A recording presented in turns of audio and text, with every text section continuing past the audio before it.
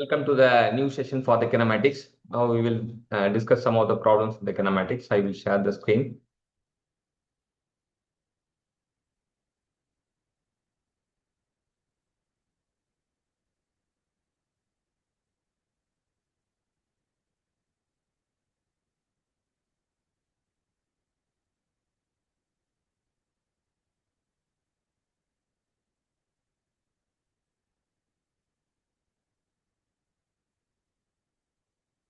So this is the question number 6 in the level 3.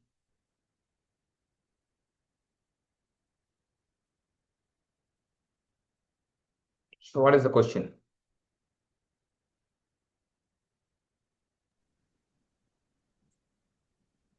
Particle moves over the sides of an equilateral triangle of side L with constant speed v as shown in the figure. Then ஒரு particle move ஆகுது, ஒரு equal triangle சைடில் move ஆகுது. அந்த equal ட்ரையாங்கிளோட side வந்து L அப்படின்ட்டாங்க. So speed constant speed சொல்லிட்டாங்க. ஸோ ஃபர்ஸ்ட் ஸ்டெப் வந்து understand the path and motion சொல்றாங்க. The particle moves from A to B, then from B to C along sides of equal triangle. The side length is L, the speed V is constant. So total distance covered அப்படின்னு பார்த்தீங்கன்னா ஏலேருந்து பிக்கு போகுது, பிலேருந்து சிக்கு போகுது. அப்போ L plus L வந்து 2L சொல்கிறாங்க. Time வந்து டேக்கன் வந்து டிஸ்டன்ஸ் பை ஸ்பீடு போட்டால் நமக்கு டைம் கிடைச்சிரும். ஸ்பீடு வின்னு சொல்லியிருக்காங்க. அப்போ டிஸ்டன்ஸ் 2L ஃபைண்ட் அவுட் பண்ணியிருக்கோம், 2L by V.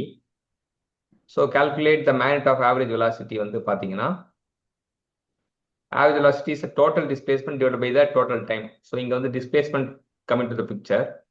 டிஸ்பிளேஸ்மெண்ட் பார்த்தீங்கன்னா ஈக்குவல் ட்ரையாங்கிள்னால ஏ டு சி, அவன் ஏலேருந்து பிக்கு எல், பிலேருந்து சிக்கு எல், சி அகெயின் நேராக கோடு போட்டால் ஏ டு சியும் எல் தான் வரும். ஸோ டிஸ்பிளேஸ்மெண்ட் வந்து எல், ஏசி வந்து எல். டிஸ்பிளேஸ்மெண்ட் பை இது பார்த்தீங்கன்னா வந்து எல் பை, ஸோ நமக்கு டோட்டல் டைம் வந்து நம்ம ஆல்ரெடி கண்டுபிடிச்சிருக்கோம் 2L by V. ஸோ போட்டோம்னா வி ஆவரேஜ் வந்து V/2 வரும். ஸோ இது வந்து நமக்கு வந்து ஆவரேஜ் வெலாசிட்டி வந்து V/2 கிடைச்சிருக்கு. So conclusion option B is correct. Okay, to C is V/2. அது மட்டும் இல்லாமல் இது வந்து multiple choice question, multiple answer, ஒன்று மட்டும் இல்லாமல் இன்னொன்று ஆன்சராக இருக்கு. ஸோ அது வந்து நம்ம ஃபுல்லாக இது பண்ண ஆவரேஜ் ஆக்சிலேஷன் கண்டுபிடிக்க சொல்கிறாங்க. ஆவரேஜ் ஆக்சிலேஷன்னா change in velocity divide by total time. So velocity vector V1 is at an angle 60 degree to the base AC. B to C வந்து -60 degree to the base ஏசின்னு சொல்கிறாங்க. ஸோ ஒன்று வந்து இப்படி சாஞ்சிருப்பான், இன்னொன்று இப்படி சாஞ்சிருப்பான். சரியா? ஒருத்தன் 60 டிகிரினா இன்னொருத்தன் -60 டிகிரி. புரியுதா அது? புரியுதா? ஓகே. அப்போ வந்து the magnitude change in velocity is modulus of V. அப்போ between the two vectors of equal magnitude அந்த separate by an angle 120 degree. So ரெண்டுத்துக்கும் இன்க்ளூடட் ஆங்கிள் பார்த்தீங்கன்னா ரெண்டும் செப்பரேட் ஆகிருக்க ஆங்கிள் வந்து 120 டிகிரி. அப்படி வி வெக்டார் வந்து 120 டிகிரியில் செப்பரேட் ஆகிருக்கு அப்படின்றாங்க. ஸோ அப்போ போட்டோம்னா ரெண்டு காம்பனன்ட் போடும்போது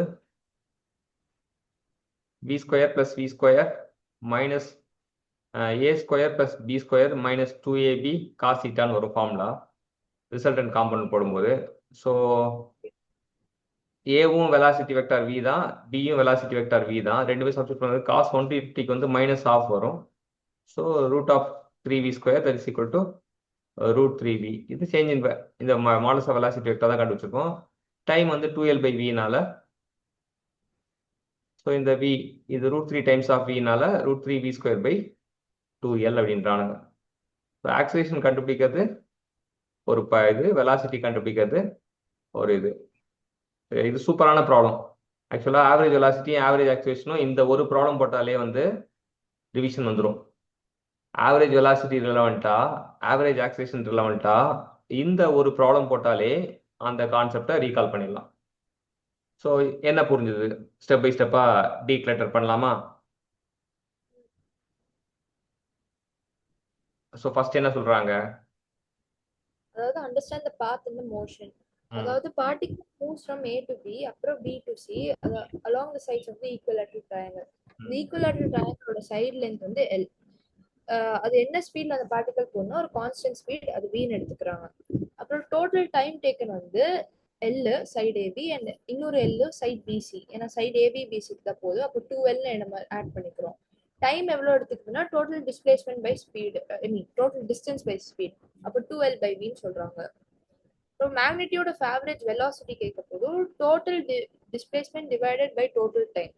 Displacement வந்து A to C ஒரு straight lineல போறதுனால அது அப்படியே அந்த சைடு ஃபுல்லா L லென்த்ல எடுத்துக்கிறாங்க. அப்புறம் ஆவரேஜ் வெலாசிட்டியோட மேக்னிடியூட் ஃபார்முலா போட்டு டைம் பை டைம்னு போட்டு L by 2L by V is equal to V by 2 போட்டுருவாங்க. அதனால அந்த ஆப்ஷன் கரெக்ட், V ஆவரேஜ். அதுக்கடுத்து வந்து ஆவரேஜ் வெலாசிட்டி வந்து change in velocity by divided by average acceleration வந்து change in velocity by total time. அப்போ velocity vector from A to B is at angle 60 to the base AC. Velocity vector from B to C is at the angle minus 60 to the base AC. இப்போ magnitude of change of velocity வந்து delta V is equal to V square plus V square minus 2V square cos 120 degrees. அது வந்து டிஸ்பிளேஸ்மெண்ட்டோட magnitude A square plus B root of A square plus B square minus 2A square cos theta அப்படின்னு ஒரு formula கரெக்டா? 2AB cos theta. அக்கா மியூட்ல இருக்கு. A square plus B square minus 2AB cos theta. minus 2AB.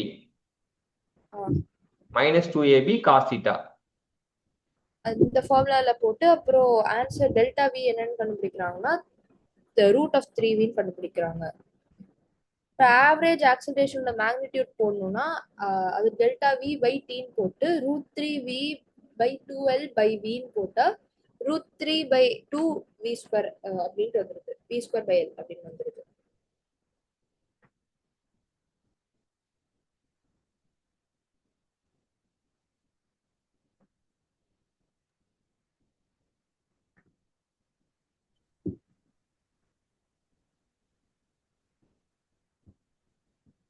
So இந்த multiple choice question with multiple correct answer தான். So question என்னன்னு வாசிங்க.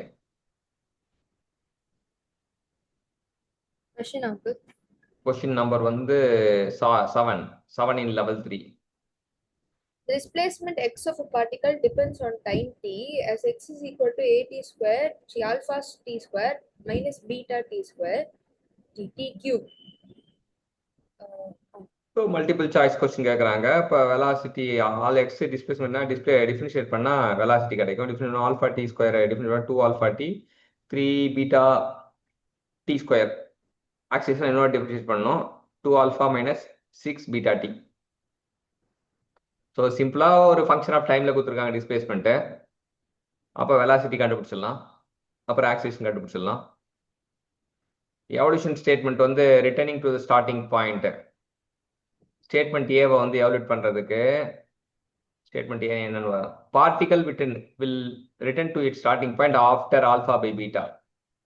Particle will return to starting point after alpha by beta. எப்போ return ஆகும் அப்படின்னு கேட்குறாங்க. So the particle return to it starting point when displacement x is 0. இந்த return to it starting point x 0 அது note பண்ணணும். அந்த ஆப்ஷன் ஏ சொல்றான்ல return to it starting point, அப்போ that means x equal to 0.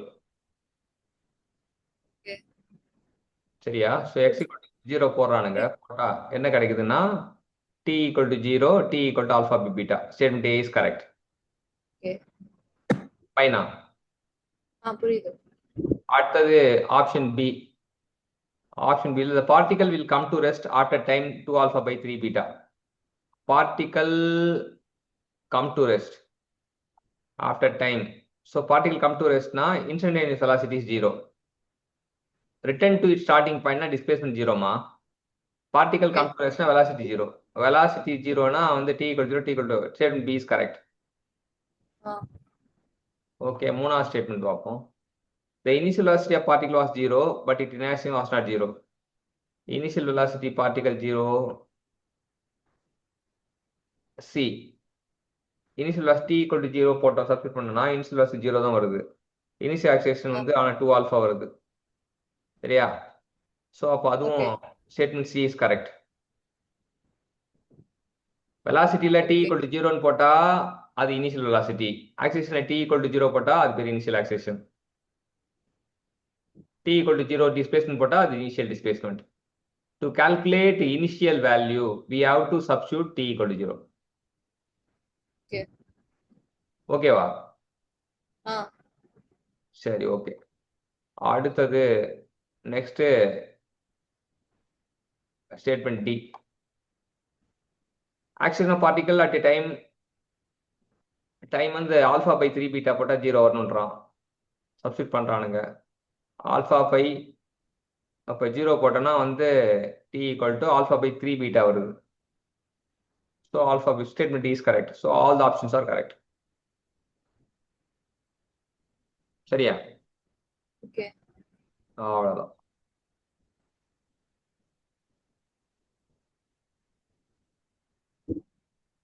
புரியுது. So அந்த point key பாயிண்ட்லாம் note பண்ணி வச்சுக்கணும். என்னென்ன டேக் அவே போன கொஸ்டின்ல? போன கொஸ்டின்லயா? முன்ன கொஸ்டின்ல 4 ஆப்ஷன்லயும் 4 டேக் அவே இருக்கு. ஒவ்வொரு ஃபர்ஸ்ட் ஆப்ஷன் அந்த கொஸ்டின்ல வந்து பி ஆப்ஷன்ல ஆவரேஜ் வெலாசிட்டி வந்து A to C மூவ் ஆகுது என்னன்னு பார்க்கணும். அது சொல்லல. இப்போ ஜஸ்ட் நவ் பார்த்தோம்ல அந்த கொஸ்டின். இந்த கொஸ்டின் 4மே கரெக்டா இருந்தல்ல. Particle will return to its starting point na? அப்போ x is equal to 0, displacement 0. Particle will come to rest na? Particle அப்போ v is equal to 0, velocity final. Initial velocity na? Initial velocity na அது என்ன ஸ்பீட்ல start ஆகுது அப்படின்னு அர்த்தம். இல்ல, initial velocity na at t equal to 0. We have to substitute in the equation t equal to 0. t equal to 0. Okay. அது node. Initial acceleration na? எவ்வளவு ஃபாஸ்டா மூவ் ஆகுது அப்போ v is not initial நாலே at a point t equal to 0. அதை note பண்ணிக்கோ. Okay. Initial velocity na velocity equationல t equal to 0. Initial acceleration na acceleration equationல t equal to 0 போடணும். Initial displacement na displacement equation t equal to 0 போடணும்.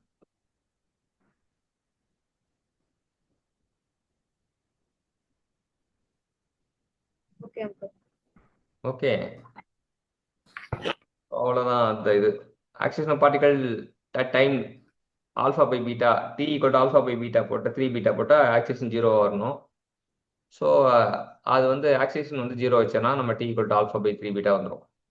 சரி, அடுத்த question என்ன சொல்கிறான்னு பார்ப்போம். Question number 8, level 3.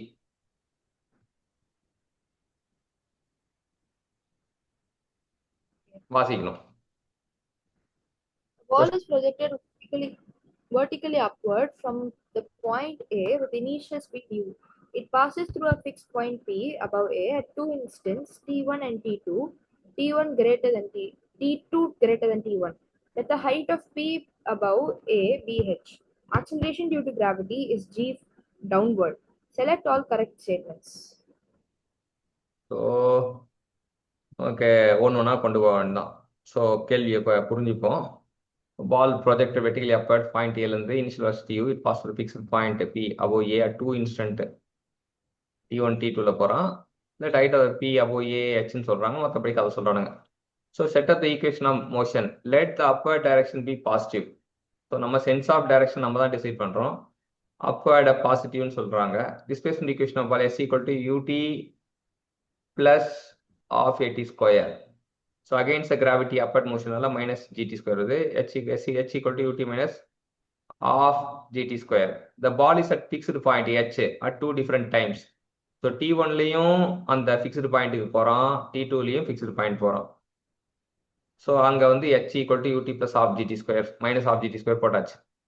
So quadratic equation கொண்டு வராங்க.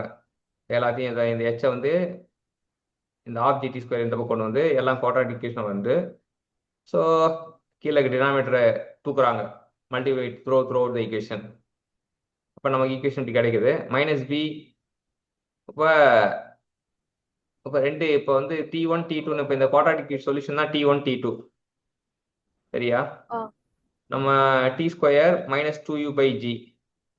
ஸோ நமக்கு ஃபார்முலா வந்து என்னன்னா சம் ஆஃப் த இது வந்து மைனஸ் இதை டிவைட் பை ஜி, இந்த ஈக்குவேஷனை divide by G throughout போட்டோன்னா டீக்கு முன்னாடி இருக்க கோஎஃபிஷியன்ட் வந்து மைனஸ் கோஎஃபிஷியன்ட் தான் சம் ஆஃப் இது. இந்த இது தெரியும் இல்லையா? அதாவது எப்படி போடுவோம்னா x square minus A plus B into t plus T1 into T2. இங்க இருக்கிறது சம்மு, இங்க இருக்கிறது ப்ராடக்ட். குவாட்ராட்டிக் ஈக்குவேஷன் ஃபார்ம் ஞாபகம் வருதா? ஏ ஸ்கொயர் பிளஸ் பிஎக்ஸ் ஏ ஸ்கொயர். கொஞ்சம் மேல போங்கல, என்னன்னு பாத்துக்கிறேன். இந்த ஈக்குவேஷன் இது ஒரு குவாட்ராட்டிக் ஈக்குவேஷன் ஃப்ரேம் பண்றாங்க. ஐட்டு சொல்லிட்டானுங்க s equal to ut plus half gt square சொல்றானுங்க. இது அகைன்ஸ்ட் மைனஸ் போட்டானுங்க. இது ரெண்டுத்தையும் இந்த பக்கம் கொண்டு வந்துட்டானுங்க. ரெண்டால பெருக்கிறானுங்க.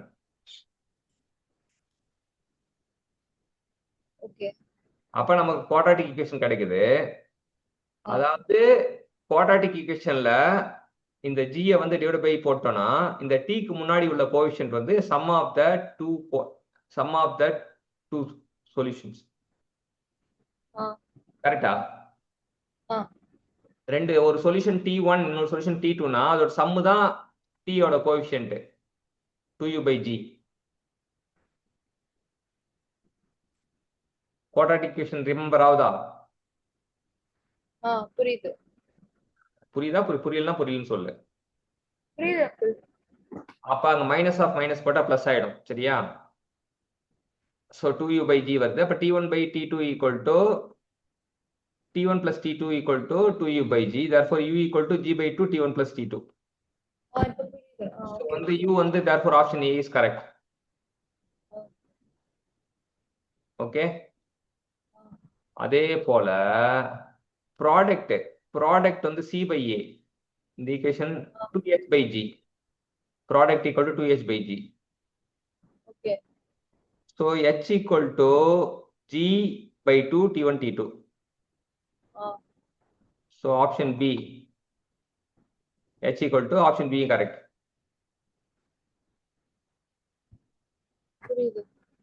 இது என்னன்னா குவாட்ராட்டிக் ஈக்குவேஷன் உள்ள கொண்டு வரோம். சரியா? சிம்பிளா ஒன்னு குவாட்ராட்டிக் ஈக்குவேஷன் கொண்டு வரோம். அப்புறம் ஆப்ஷன் சி, மேக்ஸிமம் ஹைட் வந்து நமக்கு ஃபார்முலா தெரியும். h equal to u²/2g. யூக்கு நமக்கு தெரியும் ஃபார்முலா. சப்ஸ்டிட் பண்றோம். சப்ஸ்டிட் பண்ணா u² போட்டா இந்த g கேன்சல் ஆயிடும். இப்போ g/8 T1 plus T2 whole square. Option C கரெக்டா வரும். இது ஃபார்முலா தெரியும்ல நமக்கு. 2a maximum height equal to தெரியுது. மேக்ஸிமம் ஹைட் ஃபார்முலா நமக்கு ரீகேப் பார்த்தா சாதா மோஷன்ல u²/2g வெர்டிகலா எரியும் போது. அடுத்தது option D, average velocity. Average velocity வந்து டிஸ்பிளேஸ்மென்ட் பை டைம் இன்டர்வல். ரெண்டு இன்ஸ்டன்ட்லயும் h தான் வரும். டிஸ்பிளேஸ்மெண்ட் h தான், T1 h தான். h minus h வந்து 0 ஆயிடும். டிஸ்பிளேஸ்மென்ட் 0 ஆயிடும். அப்ப ஆவரேஜ் வெலாசிட்டி 0 ஆயிடும். இதுவும் இந்த ப்ராப்ளமும் சூப்பரான கான்செப்ட். அந்த இதுல மேக்ஸோட குவாட்ராட்டிக் ஈக்குவேஷனோட பிரின்சிபலும் வருது, பிளஸ் நம்ம ப்ரொஜெக்ஷன் வெர்டிகலி அப்வர்டோட இதுவும் வருது. ரெண்டு இன்ஸ்டன்ட்லயும் அது சேமா இருக்கு, h தான் அப்படின்றதுனால நம்ம அழகா சூப்பரா கொண்டு வந்திருக்கோம். இப்ப இந்த கொஸ்டின்லாம் ஏன் சால்வ் பண்ண எனக்கு யோசிச்சிருக்கியா? இப்ப ஐஐடி ஜேஇன்றது இல்லாம இந்த மாதிரி கொஸ்டின்லாம் ஏன் சால்வ் பண்ணணும்? ஒரு ஜெனரல் கொஸ்டின். சோ நம்மள அங்கிள், நான் ஒரு क्वेश्चन பார்த்தேன். அது ரிலேட்டிவ் மோஷன்ல ஒரு क्वेश्चन இருக்கு. அதாவது மழை விழுந்துட்டு இருக்கான். மழை விழப்போ ஒருத்தன் ஓடி போறானோ ஒரு குறிப்பிட்ட ஸ்பீட், இல்ல மழை ஒரு ஆங்கிள் விழுந்துட்டு இருக்கு. இவன் கொடைய பிடிச்சிருக்கான். அவன் ஓடி போக ஆரம்பிக்க போதும் மழை வந்து திரும்பி ஒரு ஆங்கிள் வருது. அவனும் திரும்பி ஒரு ஆங்கிள் அம்ப்ரலா வைக்கிறான். திடீர்னு அம்ப்ரலாவை தூக்கி போட்டுடுறான். தூக்கி போட்ட உடனே மேல விழுற நம்பர் ஆஃப் ரெயின் டிராப்ஸ் எவ்வளோ அப்படின்னு கேக்குறாங்க. ரிலேட்டிவ் வெலாசிட்டி கான்செப்ட் அது. ஆமா, ஆனா எனக்கு புரியல. ஆக்சுவலா நம்ம அந்த கான்செப்ட் வரும்போது தான் புரியும். நம்ம இப்போதைக்கு வந்து ப்ரொஜெக்டைல் மோஷன் தானே பார்த்துட்டு இருக்கோம், வெர்டிகல் மோஷன் தானே பார்த்துட்டு இருக்கோம். நம்ம அந்த மாதிரி கொஸ்டின்ஸ் வரும்போது நமக்கு we may get a perception. இந்த மாதிரி கொஸ்டின்லாம் ஏன் சால்வ் பண்ணணுன்றது காரணம் நான் சொல்றேன் பாருங்க. இந்த மாதிரி கொஸ்டின்லாம் சால்வ் பண்ணும்போது நமக்கு பிரெயினோட ப்ராசஸிங் ஸ்பீட் வந்து இம்ப்ரூவ் ஆகும். நீ இந்த மாதிரி கொஸ்டினை ஒரு வாட்டி உன் பிரெயினுக்கு எக்ஸ்போஸ் பண்ணா கூட உன் பிரெயினோட processing speed, thinking capacity improve ஆகும். ஸோ ப்ராசஸிங் ஸ்பீடும் திங்கிங் கெப்பாசிட்டி இன்க்ரீஸ் ஆச்சுன்னா நீ வந்து ஷார்ட் டைம்ல வந்து நிறைய சீக்கிரமா டிசிஷன் மேக்கிங் எடுக்கிறதுக்கு ரெடி ஆயிடுவேன். ஏன் ஐஐடியில் படிச்சா ஐஏஎம்ல படிச்சா நிறைய வந்து சேலரி தராங்க அப்படின்னா அவங்க எல்லாருக்கும் வந்து அந்த சின்ன வயசுல இருந்தே நல்லா ப்ரிப்பேர் பண்ணனால பிரெயினோட ஸ்பீடு வந்து இம்ப்ரூவ் ஆகும். சில பேருக்கு நேச்சராகவே இருக்கும், ஆனா சில பேர் ப்ரிப்பேர் பண்ணாதான் வரும். சரியா? நம்ம இந்த ரைட் பாத்ல ஸ்ட்ரெஸ்ஸா இல்லாம ப்ரிப்பேர் பண்ணோம் அப்படின்னா நமக்கு ரொம்ப ரொம்ப சூப்பரான விஷயம். இந்த மாதிரி கொஸ்டின்லாம் எக்ஸ்போஸ் பண்ணும்போது நம்ம டே பை டேவே வந்து இந்த மாதிரி கொஸ்டின்ஸ்லாம் எக்ஸ்போஸ் பண்றோம் அப்படின்னா நம்ம லேர்னிங் வந்து சூப்பரா வரும். அதுக்கு தான் வந்து இந்த இதெல்லாம் பண்ண சொல்றாங்க. முக்கியமா என்னன்னா படிக்கிறது நல்லது, நல்ல கிரிட்டிக்கல் திங்கிங் கொஸ்டினை சால்வ் பண்றது நல்லது. இப்போ குவாட்ராட்டிக் டிவிஷன் பிரின்சிபலும் கத்துக்கிறோம், வெர்டிக்கல் ப்ரொஜெக்டைல் மோஷனும் கத்துக்கிறோம். அடுத்தது 9th கொஸ்டின்.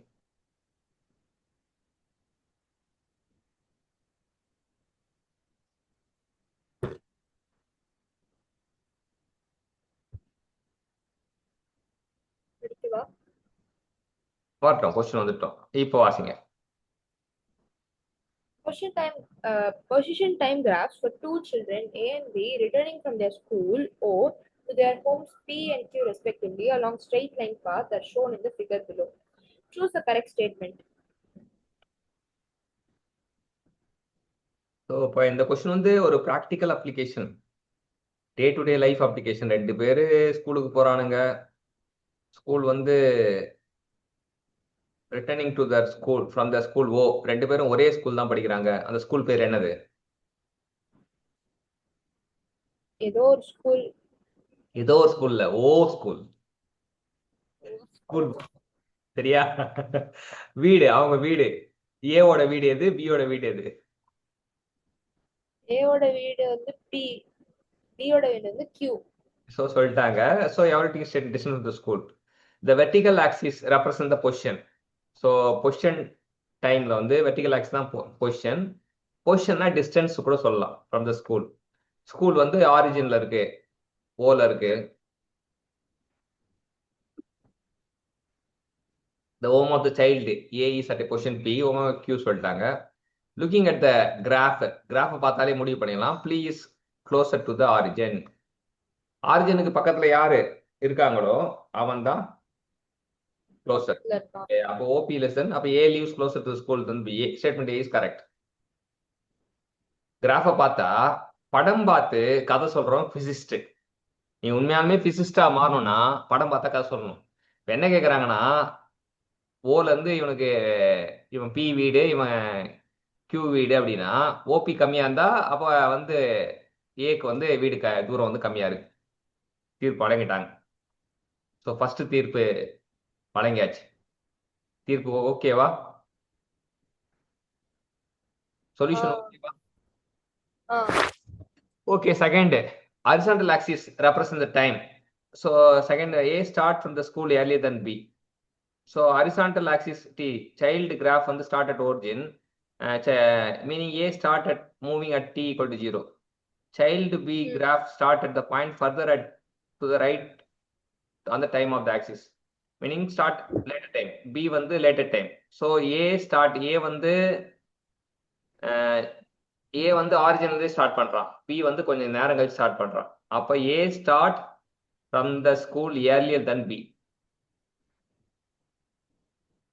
A வந்து ஆரிஜின் வந்து ஸ்டார்ட் பண்றான், B கொஞ்சம் தள்ளி ஸ்டார்ட் பண்றான். அதுக்கு மீனிங் என்னன்னா A start from the school earlier than B. Okay. So statement C, A and B have equal average velocity from E0 to T0.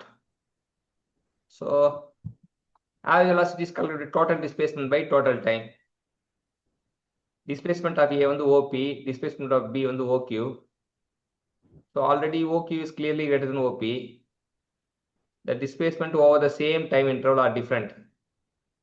Consequently the average velocity R not equal. So வந்து என்னன்னா இவன் OP இவன் OQ ரெண்டு பேரோட displacement வெவ்வேறா இருக்கனால கண்டிப்பா average velocity சேமா இருக்காதுன்ட்டாங்க. ஓகே அடுத்தது fourth statement, B overtakes A on the way. அது என்ன சொல்றான்? In XT graph, the point where two lines intersect represents the time and position where both objects are at same place. So A வந்து earlier வரான், B start later but has steeper slope. ஸ்லோப்ன்றது என்ன? Position time கிராஃபோட ஸ்லோப்னா என்ன? Velocity. So ரெண்டு line இருக்கு வச்சுக்கேன். ஒரு line வந்து கீழே சாஞ்சு இருக்கு, ஒரு லைன் நிமிர்ந்து இருக்கு. அப்படின்னா இது வந்து ஸ்டீப்பரா இருக்கு. இது கேஸ் 1 முடிஞ்சிருக்கு, இது கேஸ் 2 நிமிர்ந்து இருக்கு. நிமிர்ந்து இருக்கவனுக்கு ஸ்லோப் அதிகமா இருக்கும், வெலாசிட்டி ஹையா இருக்கும். velocity அதிகமா இருக்கும். So B lines eventually cross A line before they reach the intersection ticket B overtake A during the journey. Statement is correct. So steeper slope இருக்கணும் since B start later. A வந்து origin start ஆயிடுறான் since B start later but has steeper slope. So B is the line, B eventually crosses A line before they reach their home. சரியா? இது ரொம்ப கிரிட்டிக்கலா think பண்ணணும். புரியுதா? ஸ்டீப்பர்ன்றது புரிஞ்சிடும், ஈஸியா நீ ஸ்லோப் பார்த்து சொல்றோம். ஆனா இன்னொரு conclusion, B's line eventually crosses A line before they reach their home.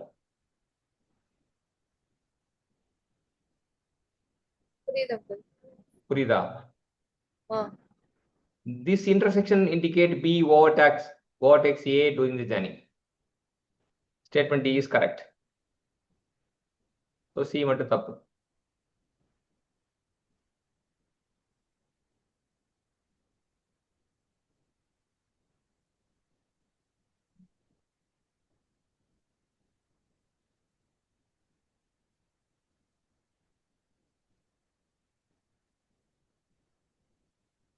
இது வந்து கன்ஸ்ட்ரக்டிவ் திங்கிங். இப்ப நம்ம பண்றது வந்து என்னன்னா கன்ஸ்ட்ரக்டிவ் திங்கிங். இந்த கொஸ்டினை பார்த்துட்டு இதெல்லாம் சால்வ் பண்ணும்போது நமக்கு என்ன ஆகும்னா கன்ஸ்ட்ரக்டிவ் திங்கிங் ஏற்படும்.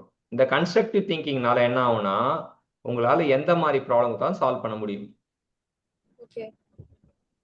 ஸோ லெவல் 3யோட லாஸ்ட் செட் 1ஓட லாஸ்ட் கொஸ்டின் நினைக்கிறேன். லெவல் 1 முடிச்சாச்சு, லெவல் 2 முடிச்சாச்சு, லெவல் 3க்கு வரும். சரி, என்ன சொல்றான்னு பார்ப்போம். இப்ப நம்ம திங்க் பண்றதுக்கும் ஏஐ திங்க் பண்றதுக்கும் என்ன டிஃபரன்ஸ் அப்படின்னு பார்த்தோன்னா, ஏஐ திங்க் பண்ணும்போது வந்து enormous amount of voltage will be used. நம்ம பிரெயின் திங்க் பண்ணும்போது less number of voltage will be used. அதான் டிஃபரன்ஸ். நம்மளும் அதே திங்கிங் தான் பண்ணுவோம், ஆனா நம்ம கன்சியூம் பண்ற வோல்டேஜ் கம்மியா இருக்கும். ஏஐ திங்க் பண்ணும், ஏஐ கன்சியூம் பண்ற வோல்டேஜ் அதிகமா இருக்கும். இன்னைக்கு பேப்பர் தினத்தந்தி பேப்பர் படிக்கும்போது இந்த இது இப்போ ஏஐ நம்ம யூஸ் பண்ண ஏஐ கன்சியூம் பண்ற இது வந்து அதுக்கே தனியா இது பண்ணும். சரி, இப்போ கொஸ்டின் நமக்கு ரெடி ஆயிடுச்சு. மல்டிபிள் கரெக்ட் ஆன்சர் கொஸ்டின் தான். ஸோ என்ன கொஸ்டின் சொல்றாங்க? Two bikers start simultaneously from point A on a triangular track ABC as shown. One biker moves clockwise and the other anti-clockwise with constant speeds. They first cross point B simultaneously after delta T1 is equal to 4 minutes. Select all correct statements. So ரெண்டு பேரும் ஒரே நேரத்துல கிளம்புறானுங்க point ஏலேருந்து. Track ABC. ஒருத்தன் clockwise, இன்னொருத்தன் anticlockwise. ஆனா என்ன, ரெண்டு பேரும் கான்ஸ்டன்ட் ஸ்பீட் தான். First cross the point B, the first cross point B simultaneously after delta T1 4 minutes. So 4 minutes கழிச்சு இது பண்ணாங்க. So given data for the figure வந்து point A வந்து starting vertex. சரியா? பாயிண்ட் A வந்து படத்துல பார்த்தோன்னா ஸ்டார்டிங் வெர்டெக்ஸ் டாப்ல இருக்கு. Okay. The vertex with right angle bottom left வந்து C, bottom rightல வந்து B, bottom rightல B, bottom rightல C. So side AC வந்து 300, ஏபி வந்து 500. ஸோ இதான் வந்து நம்ம ஃபிகர்ல இருந்து நம்ம கலெக்ட் பண்ண டேட்டா. ஓகே வந்து நம்ம எடுத்துக்கிட்டோம். ஸோ டீடைல் சொல்யூஷன் பார்க்கும்போது ஸோ ரெண்டு பேர் பித்தாகரஸ் தியரத்தை யூஸ் பண்ணுறோம். பித்தாகரியன் தியரம் என்ன சொல்லுது? AC square plus BC square equal to AB square. So அதில் வந்து பிசி கண்டுபிடிச்சிடலாம். பிசி வந்து 400 மீட்டர். ஸோ ஃபர்ஸ்ட் வந்து நம்ம இந்த கதையெல்லாம் பாயிண்ட் எல்லாம் புரிஞ்சுக்கிட்டு அதுக்கப்புறம் வந்து ஒரு சைடை கண்டுபிடிச்சிருக்கோம். அவ்வளோதான் கண்டுபிடிச்சிருக்கோம். ஓகே. ஓகே ஸோ இதுக்கப்புறம் வந்து determine the distance travel to the point B. So clockwise biker அப்படின்னா moves directly from A to B along the hypotenuse. அப்போ clockwise biker வந்து 500 மீட்டர். ஆன்டி clockwise பைக்கருக்கு வந்து A to B வர்றதுக்கு 700 metre. ரெண்டுமே கூட்டணும், ரெண்டு சைடையும் கூட்டணும். ஓகே ஸோ கான்ஸ்டன்ட் ஸ்பீடு சொல்லிட்டாங்க. ஸோ கான்ஸ்டன்ட் ஸ்பீடு அப்படின்னால we both biker reach at a point B at t equal to 4 minutes. So ரெண்டு பேருக்குமே டைம் வந்து 4 மினிட்ஸ் தான். அப்போ 500/4 போட்டோம்னா 125 மீட்டர் பர் மினிட் வந்து வெலாசிட்டி கிளாக் வைஸு. அப்புறம் வெலாசிட்டி வந்து கவுண்டர் கிளாக் வைஸ் வந்து 175 மீட்டர் பர் மினிட். ரெண்டுமே டிஸ்டன்ஸ் தெரியும், டைம் தெரியும், நம்ம வெலாசிட்டி கண்டுபிடிச்சிடலாம். ஸோ அதுக்கப்புறம் என்ன பண்ணா எவ்வளோ ratio of speed V velocity of clock wise by velocity of anti clock wise போட்டோம்னா 5/7 வருது. ஓகே ஸோ அதே இன்வர்ஸாக போட்டோம்னா anti clock wise by clock wise போட்டோம்னா it be 7/5. Depending on the exact wording of the option in the source, both A and B are typically used to represent the two valued perspective in speed relation. So A and B என்ன சொல்றான் point. சரி. So ஒன்று இப்படி நேராக பார்த்தா 5/, clock wise by ஆன்டி கிளாக் வைஸ்னா 5/7, கவுண்டர் கிளாக் வைஸ் பை கிளாக் வைஸ்னா 7/5. எவ்வளோ the next simultaneous crossing. So perimeter track வந்து 1200 மூணுமே இது பண்ணா. ஸோ பெரிமீட்டர் இப்போ 1200/1.125 போட்டோம்னா lab time for the lab டைம்னு ஒன்று கண்டுபிடிக்கிறாங்க. 1200 முழுசா சுற்றுறதுக்கு வந்து அவன் லேப் டைம். ஸோ முழுசா சுற்றும் வெலாசிட்டி வந்து 1200/120 போட்டா 9.6 மினிட். இவன் வந்து 6.86 minute. So next time they meet, B occurs at the least common LCM. LCM of the lap time added to the first meeting time. So 9.6 இது வந்து 48/5. So 48/7 48 minutes தான். Meeting at the B occurs at t equal 4 minutes, 52 minutes, 100 minutes. While the mathematical interval is 48 minutes. So அப்போ வந்து அந்த 48னா இந்த 52ல வந்து based on the common textbook problem of this type, the option D 12 minutes later அப்படின்றான் is often intended to answer the question refer to the meeting at any different track configuration. However, strictly compared to this side length, they meet somewhere on the track every 4 minutes. Okay புரியுது. The correct statement based on the parameter A and potentially B recording the speed D is in the entered time. So என்ன புரிஞ்சுது இந்த கேள்வியில? அதாவது first ratio of speed கண்டுபிடிக்கணும். ஒரு biker வந்து clock wise போறாங்க, இன்னொருத்தவங்க ஆன்டி கிளாக் வைஸ் போறாங்க. கிளாக் வைஸ் போறவங்களுக்கு 300 + 4 கிளாக் வைஸ் போறவங்களுக்கு A to B, அப்போ அவங்களுக்கு 500 தான் போகுது. ஆன்டி கிளாக் வைஸ் போறவங்க AC to BC, அப்போ 300 + 400 வந்து 700. அதை வச்சு நம்ம டைம் 4 மினிட்ஸ் தந்திருக்காங்க. ஸோ நம்ம போட்டு கால்குலேட் பண்ணோம்னா நமக்கு வெலாசிட்டி கிடைக்கும். என்ன கால்குலேட் பண்றோம்? வெலாசிட்டியோட ரேஷியோ நமக்கு தெரியுது. அதுக்கப்புறம் வந்து சைமல்டேனியஸ்லி கிராஸ் பண்றதுக்காக நம்ம கிட்ட கேக்குறாங்க. சைமல்டேனியஸ் கிராசிங்காக ஃபர்ஸ்ட் ஃபுல் பெரிமீட்டர் எடுத்துக்கிறோம். ஃபுல் பெரிமீட்டர்ல இருந்து அவங்க எந்த டிஸ்டன்ஸை கிராஸ் பண்றாங்கன்னு டிவைட் பண்ணி போட்டா அந்த டிவைட் பண்ணி போட்டதுல இருந்து நம்ம எல்சிஎம் எடுக்கிறோம். ஸோ இந்த எல்சிஎம் எடுத்த உடனே அதோட மல்டிபிள்ஸ் பார்க்க போதும் எது வந்து கரெக்டா வருதோ அதை வந்து நம்ம எடுத்து போட்டுறோம். ஆனா அந்த இடம் மட்டும் எனக்கு புரியல அங்கிள். எல்சிஎம் ஆஃப் 9.6 அண்ட் இந்த 48/5க்கும் 48/7க்கு எல்சிஎம் எடுத்தா நமக்கு வந்து இஸ் 48 மினிட்ஸ் சொல்றானுங்க. LCM of 48/5 and 48/7 is 48 minutes. So இது எல்சிஎம் வந்து எப்படி வருதுன்றதை பாருங்க. 48 ஆன்சர் வந்ததுக்கு அப்புறம் meeting at a point occur. So வந்து 4 + 48 போட்டோம்னா 52 வரும். 4 மினிட்ஸ் சொல்றான்ல. அப்புறம் இந்த next time they will meet at B வந்து எப்போ வரும்ன்றதான் ஃபர்ஸ்ட் வாட்டி வந்து 4 மினிட்ஸ் வந்துடும். நெக்ஸ்ட் டைம் வந்து 4 + 48